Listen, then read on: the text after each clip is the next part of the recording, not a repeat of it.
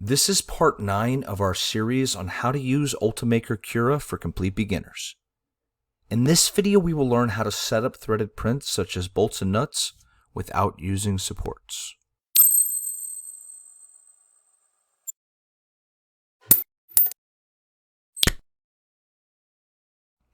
I really should have done this video a little bit earlier in the series, but better late than never. I'm going to go ahead and go into my tests folder and I'm going to grab a file that I designed myself, this thread test to print.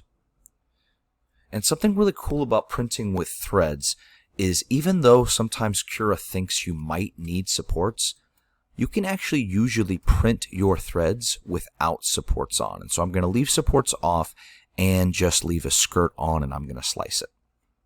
And if we go to preview, you can see as we go up, the overhang, I'm going to go ahead and close this out.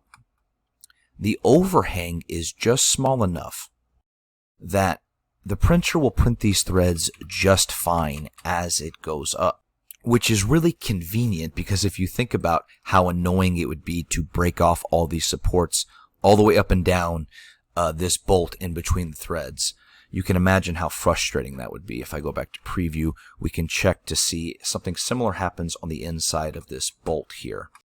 As we go up, the overhang is very small, and so it prints without supports just fine. And so I really like this print as a test print because it sort of serves as a dual purpose print.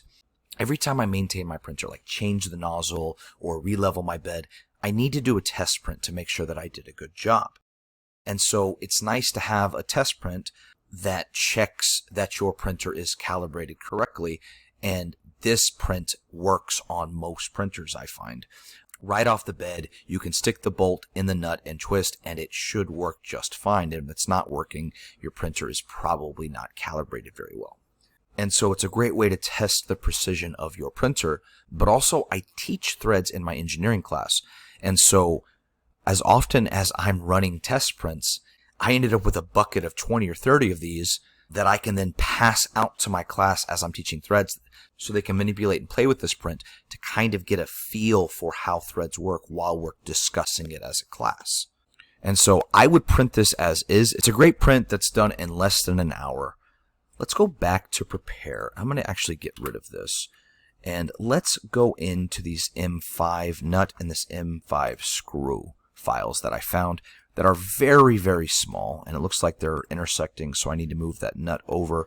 And they're very, very small because they're actually an M5 bolt and nut file. Apparently they're the true metric size for these metric screws. Again, with supports off, I can slice this, and you can see this one's great because it's a test file that's done in under 10 minutes. Which is just fantastic. Again, if we go to preview, you can see how it works. You can watch it come up and down with that super small overhang, and it still prints just fine. And so these two files are great as well for the same reasons as before. I like having bigger bolts and nuts in the classroom with my kids, but I also have a bunch of these laying around.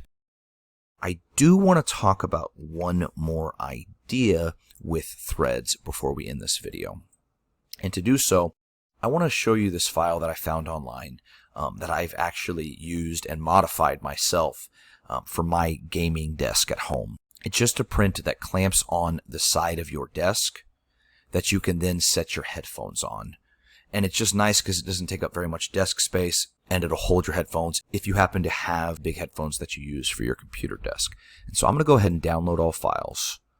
And one of the cool things about Thingiverse is it allows you to tip the designer. Even though most of the files are free, you can, show your support to the person if you thought they did a good job. But once it's done downloading, you can then go into your files. You do have to unzip the folder, so I'm going to right click on it and go to extract all and just hit extract. And now I should be able to access those files. So let me go to prepare, get rid of this. And let's go find those files in my downloads real quick. And it's called the Monster Mouth Headphone. I'm going to go to Files, and he does do multiple versions of it. Depending on desk height, you might want a wider gap or a longer screw. Let's just grab the normal screw and the normal clamp and hit open. And so you'll notice when it drops in, the internal threads are laid out sideways for you. And if you think about it for a second, that makes perfect sense. If I tried to rotate it this way, then you would need a bunch of supports to print all of the rest of this. I'm going to go ahead and hit undo. But if you look at it now, the way it's designed, it just prints upwards very well. And you might be worried, well, do we need supports on the inside of these internal threads? And the answer is still no, because these are all just essentially the tops of circles. And we've talked about this idea before. If I go ahead and slice this, you will see in preview that it will have some stringiness, it will have some problems, but the designer of this did a good enough job that the clearance is high enough that it doesn't actually affect the print. And again, you can see that it is circles coming up, and so it ends up working out just fine. So internal threads can actually be laid on their sides while 3D printing.